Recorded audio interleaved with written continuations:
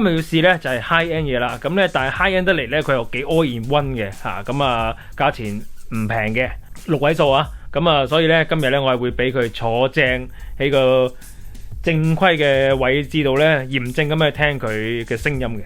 呢個品牌我都曾經用過佢嘅，好中意嘅一個品牌嚟嘅。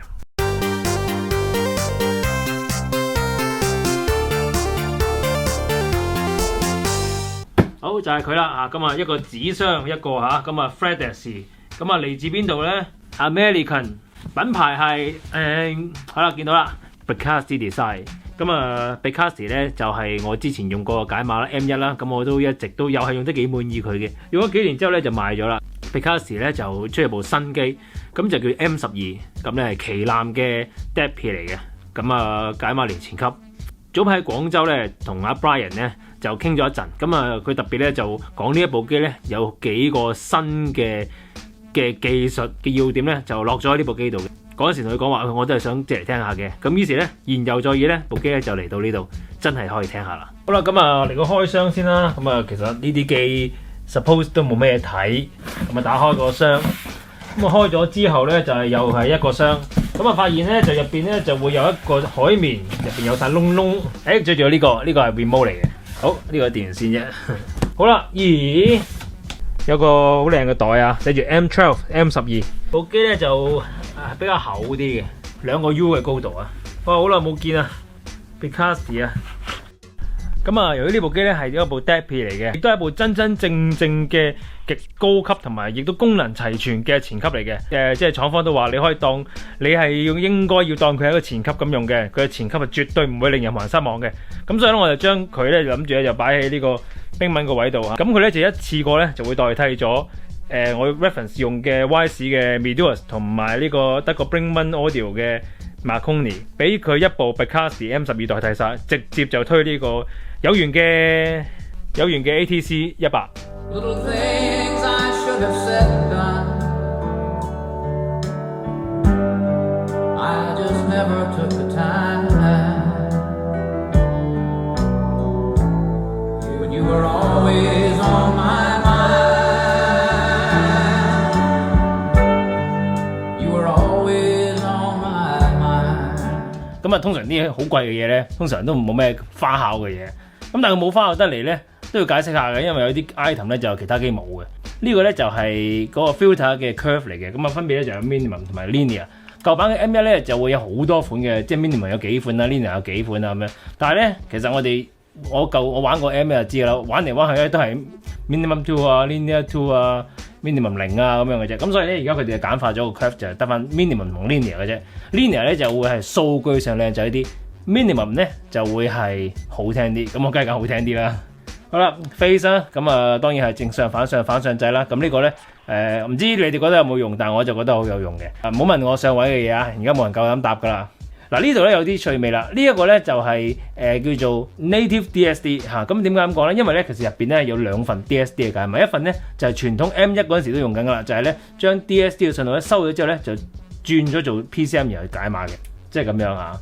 咁但係咧，佢 M12咧就特別唔同嘅地方，你見到點解厚咗咧？就佢入邊多咗一份咧係行 R2R 嘅解碼嘅。咁呢個 R2R 咧，其實主要係砌出嚟咧就係砌前級嗰部分。咁但係同一時間咧，亦都係用嚟砌呢個 DSD 嘅部分。因為 DSD 咧其實咧理論上咧係一個好細微嘅 analog 嘅信號嚟嘅。咁所以咧佢就用 R2R 嘅方式咧排電咗嘅方式做放大。咁所以咧就會有一個叫做 native DSD 放大啦，咁呢一個咧就好緊要啦，因為咧成部 M12咧，如果你聽 DSD 多嘅話咧，呢一個放大係非常非常之靚，就係咁啦。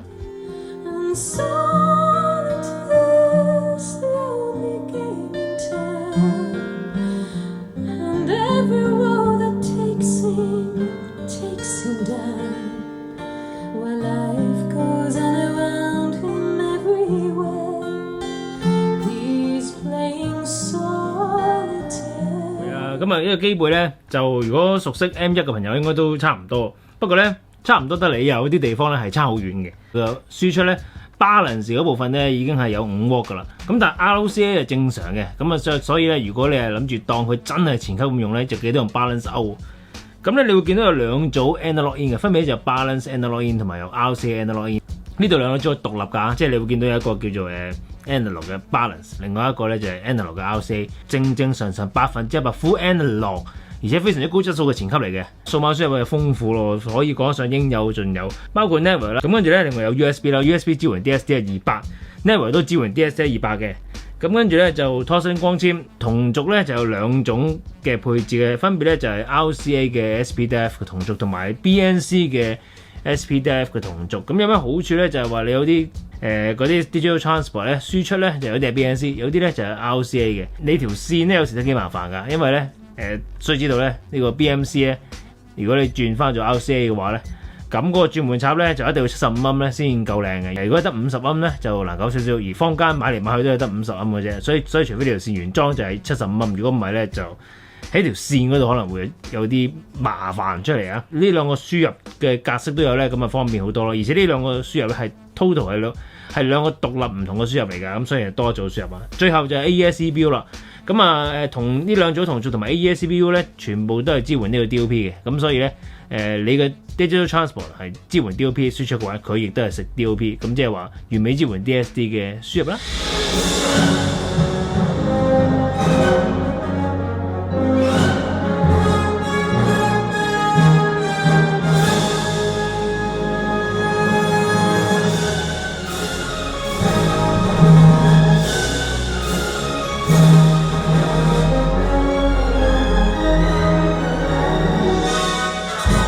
即係咧呢部機咧，其實咧你拆出嚟睇咧，其實咧成個設計嘅基石咧都係 based on M1 嘅，就係左右 channel 獨立分開，左邊同右邊咧係分別有自己嘅 power supply， 所以你會見到呢有3隻橫牛啊，呢3隻橫牛咧分別都係一個 linear power supply， 分別咧係 serve 左邊 channel、右邊 channel 同埋中間呢一個 digital 嘅 board 嘅。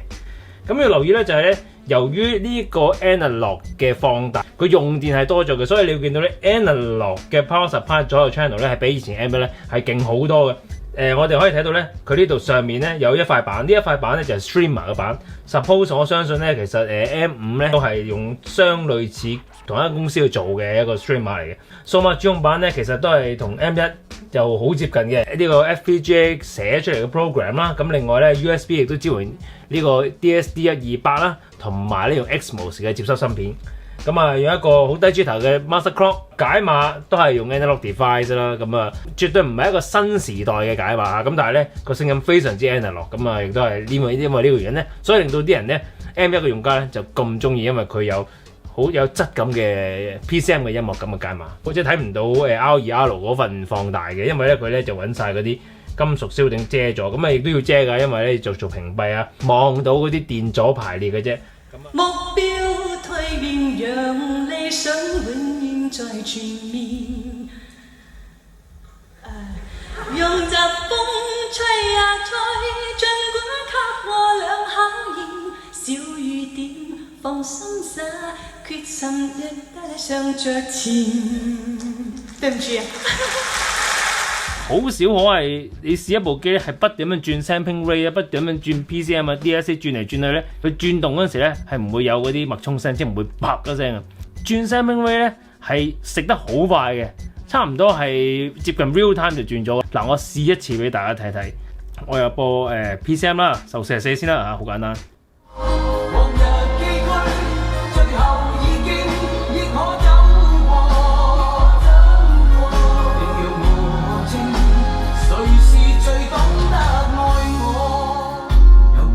SACD 啊，轉 DSC 64啦，一撳咯，一撳，嗱，搞掂。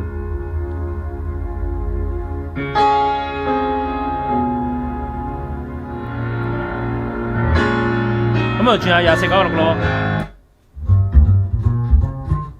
幾快？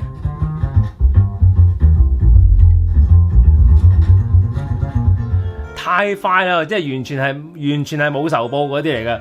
轉 sampling rate 轉得咁快嘅機，其實喺我試機嘅歷程裏邊咧嚇，其實我印象中都係3、4步嘅，通常都要有半秒至1秒，甚至乎2秒嘅延遲，而有一半嘅機咧係會有脈衝聲嘅。咁當然有時好細聲嘅啫，咁但係有啲大聲啲，有啲細聲，但係最好就冇啦，係咪先？我估唔到係 Backcast 做到咯，176.4。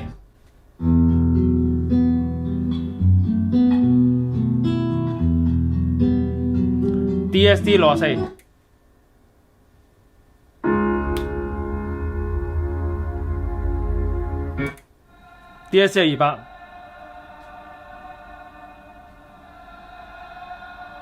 4192。一電音心奇書。1644。冇嘢講，厲害。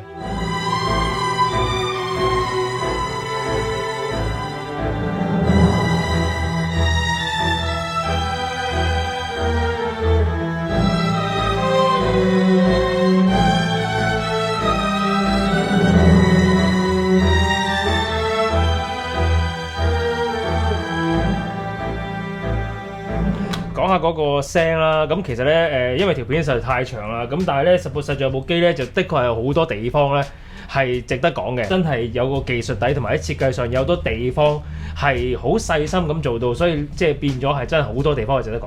咁但係因為前面講得太多，咁所以咧我就呢度講聲講少啲，好清楚同大家講，因為我自己都係用過 Broadcast 嘅 M1 嘅解碼，咁所以咧我中意佢嘅地方係咩咧？就係佢有不折不扣嘅 PCM 解碼嚟嘅，佢係做一個 digital filter 做得好好嘅，咁所以咧聽出嚟嘅聲音咧就好 analog 嘅，好有質感嘅。咁個中音好靚嘅，咁所以咧基本上咧，即係我自己好老實聽歌啦，我就主要都聽下歌仔嘅啫。咁發燒碟少聽，古典亦都唔熟，咁所以咧就我會傾向係需要佢好好聽，而又聽晒所有嘢嘅。咁所以變咗Broadcast 嘅解碼咧就可以即係滿足到我呢一個需求啦。咁去到而家咧 M12咧，其實比 M1咧再進一步嘅，但係個聲底依然不變嘅。PCM 嘅聲音非常之有質感，非常之 analog， 非常之classic 嘅，即係如果有好多朋友成日都話，喂，我哋而家今時今日啲解碼咧太 hi-fi 啦，好多音效好出，但係咧反而就冇咗以前舊音響嗰種咁樣令人投入嘅音樂感。咁 Broadcast 咧就可以做到兩者兼得啦。咁但係有趣嘅地方咧就係以前咧其實佢哋就唔係幾中意 DSD 嘅，就算佢收到 DSD 信號咧，佢都一定要將 DSD 轉咗做 PCM 解。咁但係今次咧佢哋用咗呢個 R2R 嘅放大方式之後咧，個 DSD 嘅效果咧係突飛猛進到連佢自己嘅 PCM 嘅質素都被拋離，嗰個 3D dimension 啊同埋嗰個密度咧係拋離咗嘅。咁所以咧PCM 佢有進步，但係 DSD 嘅進步更大。咁我唔知算唔算係今日的我打到昨日的我啦嚇。咁但係咧，姑勿論點都好，佢用呢一個方法去做 DSD 解碼咧，真係可以令到 DSD 個優勢得到最好嘅發揮。令我轉身觸電了，我已遇着我欣賞的眼光，情令我瘋狂，未可掩飾那份狂。同埋仲有一樣嘢就係咧，其實佢嘅 streaming 咧雖然冇專屬嘅 app 啊，咁但係實際上啊，呢個版本佢就係我可以用 Lumi 嘅 app 已經可以 control 得非常之好。就算佢用其他 DLNA base 嘅 app 咧，都係非常之穩定嘅。咁佢嘅串流播放機有個新型號叫做 M5 啦，咁已經 room ready 㗎啦。咁我相信 M12咧雖然佢早出少少啦，但我相信之後應該都會 upgrade 到 room ready。有埋 room ready 嘅話更加簡單，更加方便。所以呢部機其實喺某程度上都真係好吸引我㗎。我借咗好耐，我唔係好捨得玩。自己不嬲玩 hi-fi 嘅習慣咧，係中意將啲嘢打到好散嘅。所以我知道即係其實好多即係新一代嘅音響發燒友咧，就即係 prefer 係 all-in-one 啦，或者將啲機越少越好啊，一啲算越少越好啦。咁但係我自己係傾向係複雜啲嘅嚇。咁冇辦法啦嚇，呢個我自己喜好嚟嘅，所以咧就都係冇翻頭，即係冇食回頭草啊！正所謂。好啦，咁今日同大家介紹同埋實試呢一個比較貴嘅機嚇，真係貴㗎，就係一個 high end 嘅產品美國 Broadcast Design 嘅 M12 M12 嘅 DAT P 真正嘅 DAT 真正嘅 P 就介紹到呢度為止啦。咁中意拍片嘅朋友俾個 like 我咯，未訂閱我 channel 嘅記得訂閱啦，訂閱咗之後記得撳住我 channel 隔離嘅鐘仔，有新片出嘅時間你第一時間會收到通知。